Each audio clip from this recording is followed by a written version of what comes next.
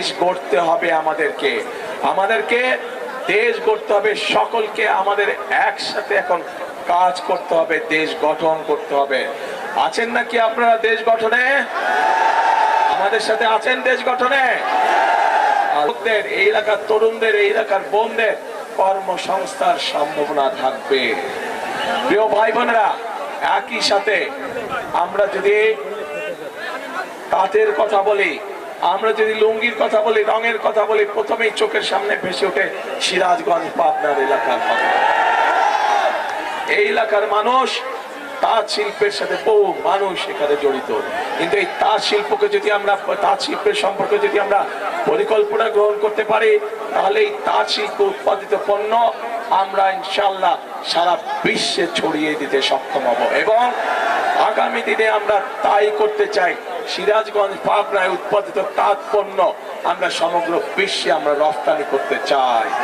মাদ্রাসা সহ, মসজিদ মাদ্রাসার খতিব, ইমাম সাহেব সহ মুয়াজ্জিম সাহেবরা, শুধু তাই নয়, অন্য ধর্মেরও যারা ধর্মগুরু আছেন তারা এর মধ্যে পড়ে।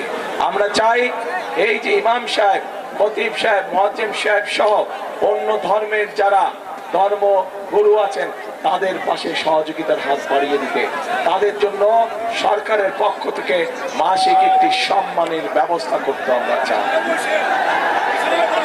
এখন প্রিয় ভাই বোনেরা, আপনাদের সামনে আমি ধানের শীষ 12 তারিখে, আপনারা ধানের শীষকে বিজয় করলে 13 তারিখ থেকে ধানের শীষ এই কাজগুলো শুরু করবে ইনশাআল্লাহ। কর্তব্য করে তুলতে হবে।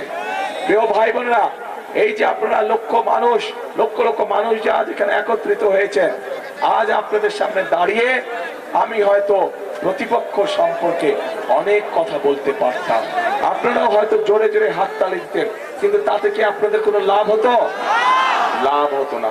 বাংলাদেশের মানুষ এখন জানতে চায়, বাংলাদেশের মানুষ এখন দেখতে চায় যে কোন রাজনৈতিক দল কি পরিকল্পনা গ্রহণ করবে দেশ এবং জনগণের জন্য, যাতে জনগণ এবং দেশ আগামীতে সামনের দিকে এগিয়ে যেতে পারে।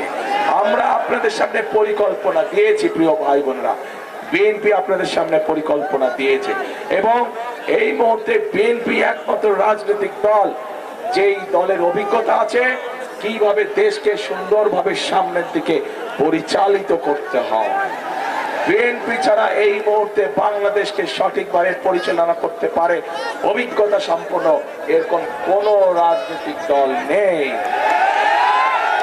কাজেই প্রিয় ভাই বোনেরা, মানুষ তার উপরেই ভরসা করে যার অভিজ্ঞতা আছে।